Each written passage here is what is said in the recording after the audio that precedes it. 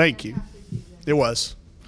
Always hard to lose. You know, there's only 2 teams that end their season with a win, that maybe 3, but you know, I want our kids to feel the sting of it, go home, sleep on it, wake up. We'll get together tomorrow and we'll start getting ready. But I will start working on ways to reflect for them on what a great year it was. Sad to say bye to our seniors and junior Sydney Stout because of the foundation that they left us. It's always hard, emotional, all of the things that we all know that bring with a season-ending game. But I thought TCU was unbelievable. I thought they were so clutch down the stretch.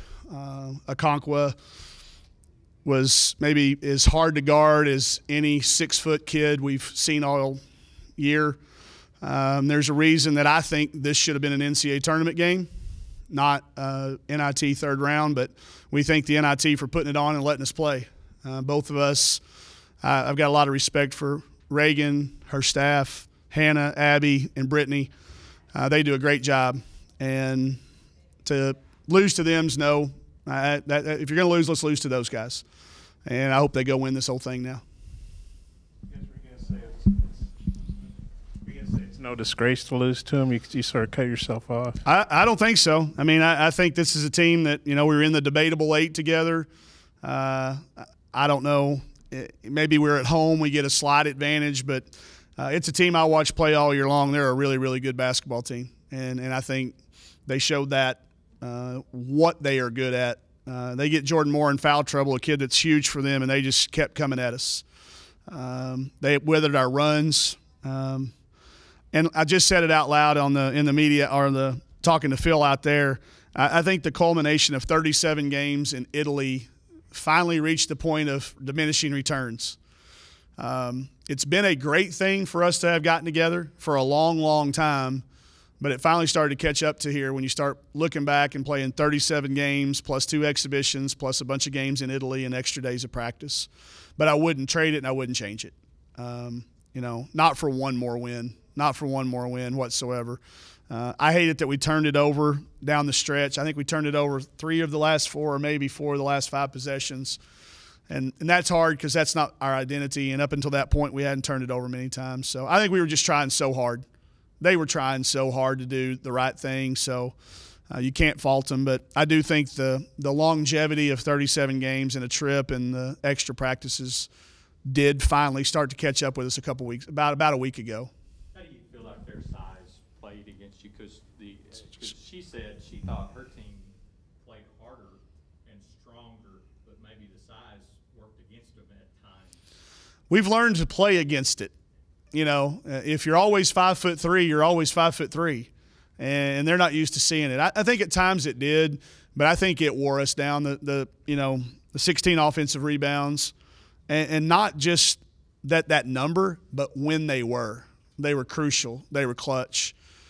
I thought they were very tough in their press. We turned it over 2 or 3 times right around the basket that led to fouls.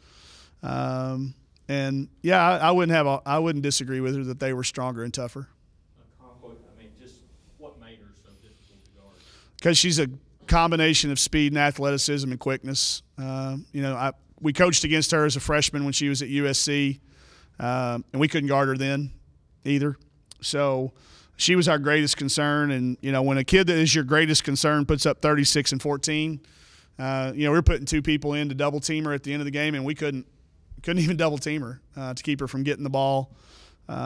So, again, she was so clutch.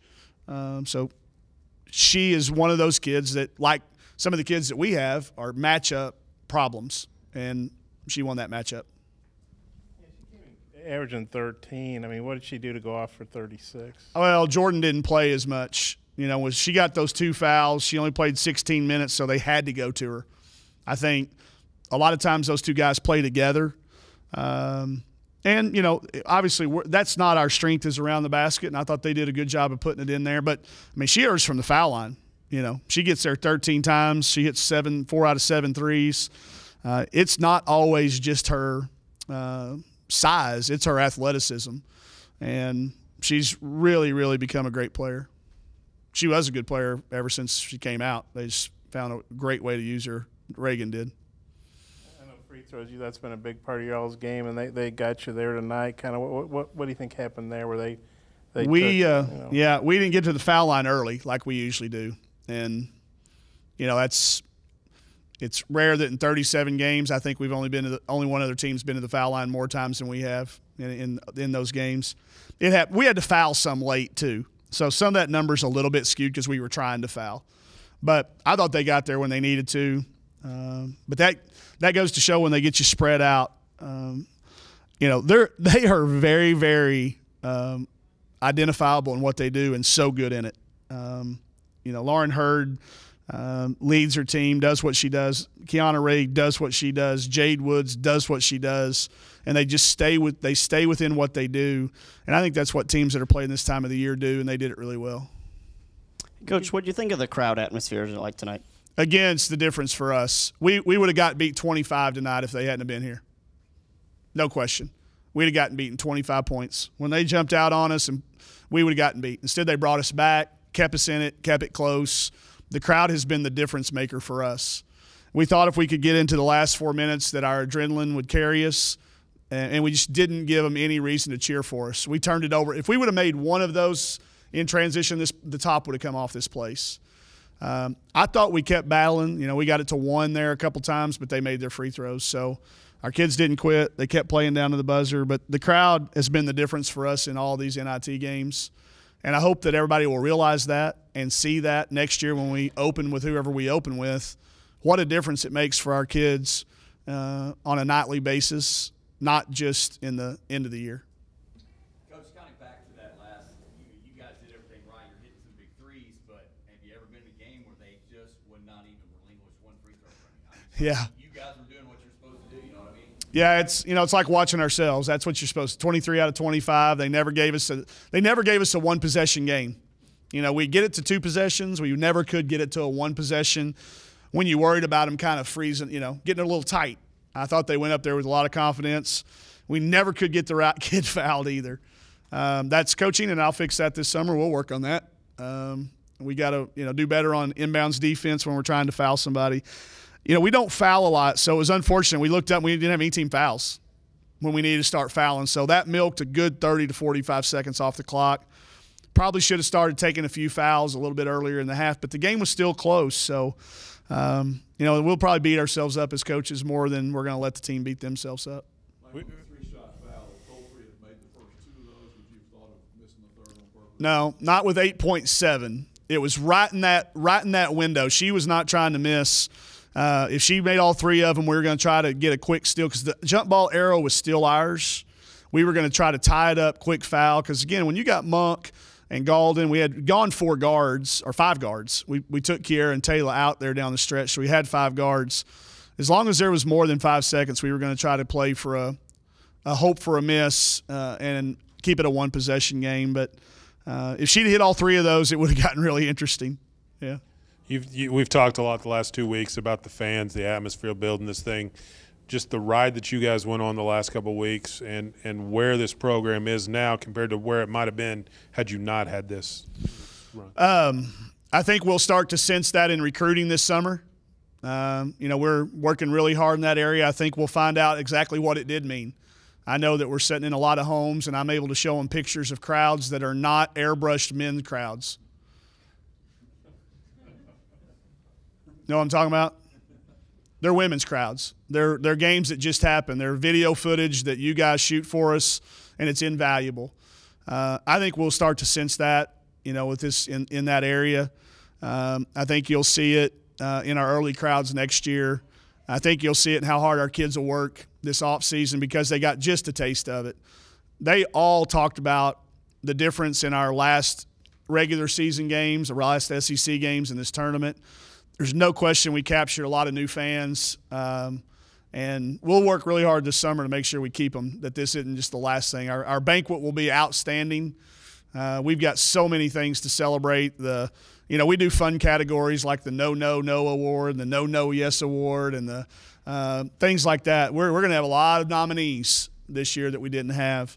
And then, like you're saying, I don't think when the year started – playing into this late in March was even on anybody's radar. 22 wins, Jerry, where does that – there's a 24-win team and a 23-win team in the SEC years, I think. Y'all, I mean, I'm telling you, out of 29 years, go back and look that up. There's not many teams that have more than 22 wins. I think it's 2. Maybe it's 3. But this group accomplished so much. And the number of – not only the number of wins, but who we did it against. Those teams, there's a lot of them still playing in the NCAA tournament. It will go down as one of those years that I remember for a long time. Mike, you got 4 stars coming back. You talked before the WNIT that you felt you guys were a couple hurdles ahead. I mean, the future looks pretty good, it seems like. Yeah, I'm excited. I will not – we normally take – and we will. We'll take a lot of time off, but I won't take very much time off this year. My head's already spinning thinking about Ramirez – getting in some of those actions, getting Marquisha and Ginger and Michaela Daniels here, and Destiny Oberg. I think Oberg would have got 3 or 4 rebounds tonight. I think Marquisha Davis could have kept somebody from driving it tonight. I know Ramirez was dying to get out there. All y'all have to do is watch her on the bench to figure out how excited that kid is to play. We can't hold her down. She's leading the hog calls. She's everywhere. So I would anticipate a lot of expectations next year. We'll embrace them. We're scheduling incredibly hard schedule next year. We think we're going to be competitive, so we're scheduling an extremely hard schedule, really challenging ourselves because of the confidence we have in that group of kids coming back. Practices are going to be an absolute war because of the talent that's coming back and then the talent that's developed. You know, these kids that have stayed here with us and the kids that we brought in now, I think give us a roster that can compete with anybody in the SEC. Mal, the last one to leave the court, just what has she meant to this program?